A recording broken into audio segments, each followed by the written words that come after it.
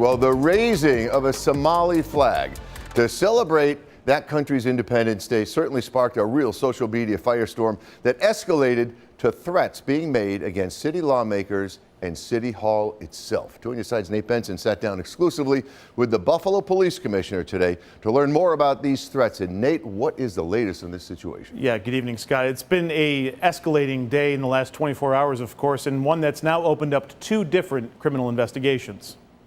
A flag-raising ceremony in Niagara Square led to widespread social media commentary and escalated to an online threat to blow up City Hall. Let me walk you through this. On Wednesday, city and state lawmakers joined members of the Somali community to raise a Somali flag in Niagara Square in order to recognize Somali Independence Day. Raising flags in Niagara Square is something that is done on a regular basis to celebrate certain communities, ethnicities, and more.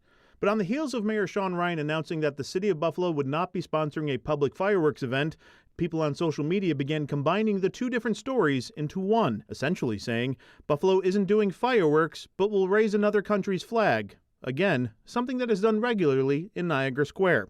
One of the people that drew those parallels was Erie County Republican Committee Chairman Michael Crocker, posting, quote, "To recap the America 250 week in Buffalo, City Hall canceled a fireworks display and hung a Somali flag instead." Without question, it's the lack of any recognition of the 250th anniversary of America by City Hall.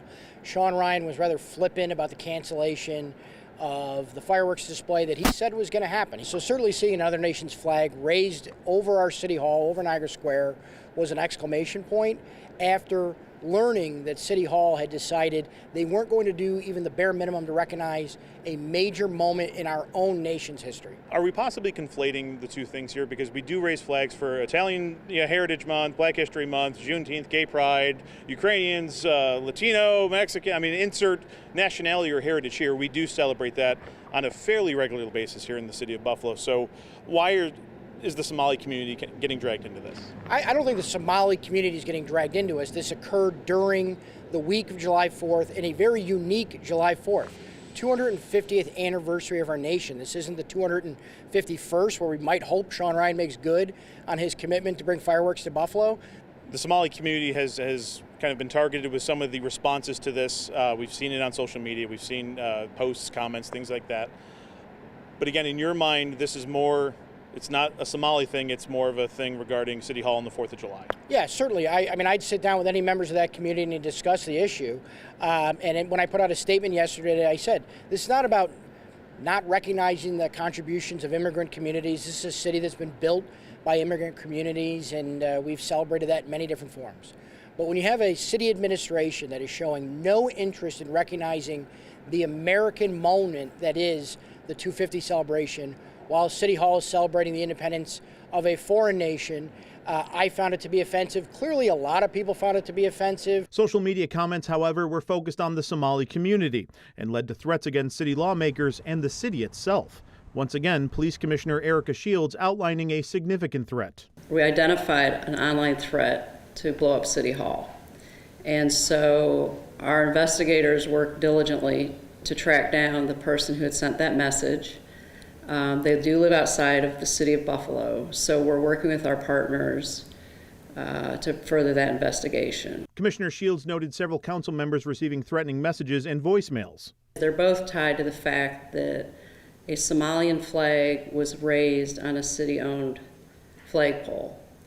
That flagpole was damaged last night at some point. Someone took the flag down and damaged the flagpole. So there are now two criminal investigations ongoing, one regarding the threat to blow up City Hall and the vandalism of the flagpole in Niagara Square. Regarding the vandalism of the pole, Commissioner Shields says they have reviewed footage from a nearby camera operated by the city, and investigators... They do have a lead, and they're tracking that lead down right now, so I have full confidence that in the near future someone will be charged for the vandalism. As for the threat to blow up City Hall, extra security was put in place Thursday, and because of the holiday, City Hall was already scheduled to be closed on Friday. As for the severity of the whole ordeal...